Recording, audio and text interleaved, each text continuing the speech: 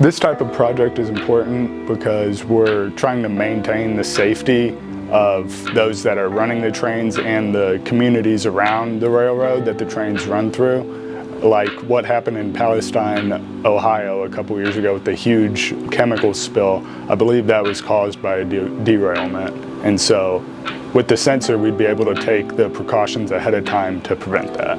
Our project was proposed to us by the two civil engineering professors, Dr. Barry and Dr. Kaufman, and their idea behind the project was to be able to have a sensor contraption that can be implanted in the railroad ballast underneath of the Tier 1 grade railways, which are used to transport like heavy loads like iron and coal and things like that. And the goal of the sensor is to track the pore pressure of the ballast so that they can know when particles from the trains or from just the rocks rubbing against each other build up. And then when these particles build up, it creates less than ideal track conditions that can lead to derailments and other issues with the trains. What we are designing is a rock to go under train tracks and measure the vibration frequency and pressure of water, if there is some, and figure out what is happening with the ballast or rocks that is surrounding our sensor box, and figure out if the ballast has gone bad, meaning it is grinded against itself enough that there's a chance of derailment or failure in some catastrophic failure. So our job is to make a sensor box that can measure and figure out what is happening and if we need to go in and replace the ballast, or there just needs to be some touch up, or nothing needs to happen. My favorite part of the project was probably when we finally got the whole contraption together for the first time, both the hardware and the software, and we were able to test it in the lab and actually see, the little $8 pressure sensor that we didn't know if it was going to work correctly worked just as well almost as the $1,200 pressure sensor that they had there in the lab. I feel like that was really an aha moment for our group. So I did a lot of prototyping with the code in the hardware section. I worked a lot with LoRa, worked a lot with the microcontroller, prototyping on a breadboard with the microcontroller and all the different things and determining which libraries we should use. And it then did a lot of the communication through LoRa to make sure that we could transmit with that.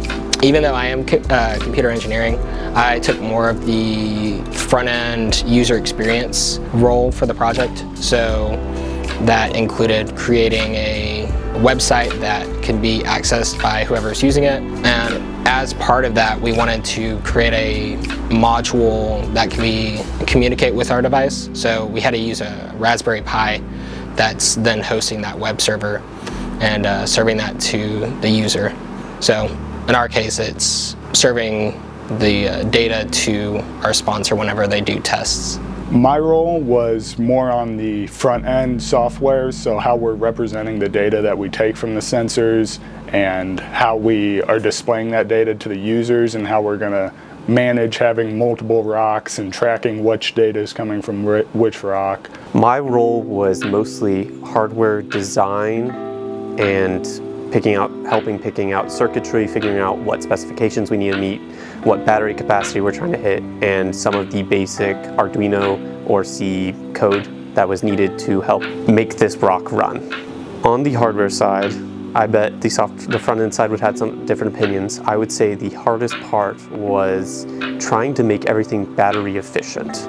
Our goal, well, one of our pre-designed goals was to try to make it last 2 years underground, unmaintained, on one battery or a couple batteries. And then you're able to pull it out and read it remotely.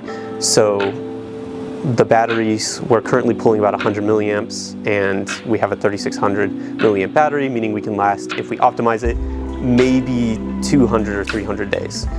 So trying to optimize and make it perfect and sense when there's a train above and turn off after that is probably the hardest part. The second hardest part, which I would assume the group members agree, is transmitting the data. Since we are potentially underground and underwater too, under the ground water table, that causes issues with transmission, so we can't use Bluetooth, we can't use Wi-Fi, and we've got to switch to something a lot more high power. So it eats into our power, it eats into our battery life.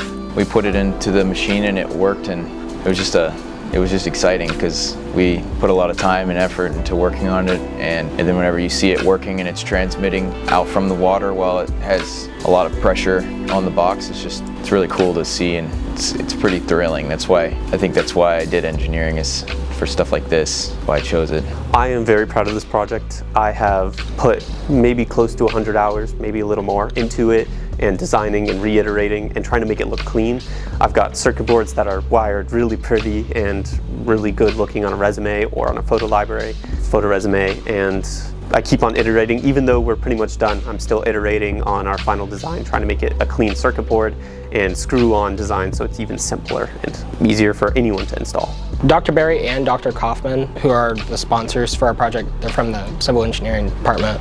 They are planning on using this for a couple of upcoming tests taking place at Texas University. And the goal with that is to have up to 6 of our sensors embedded in a ballast test setup, and then reading the data from that into our front end. Dr. Berry has also started looking at potentially doing a patent process on our sensor design and setup and everything. So it may be one of those things that you get a patent out of it. Maybe my name goes on that, or something similar to that. But for sure, Dr. Berry is going to continue on the project, and I could see it being another Capstone project again next year, just continuing on where we left off.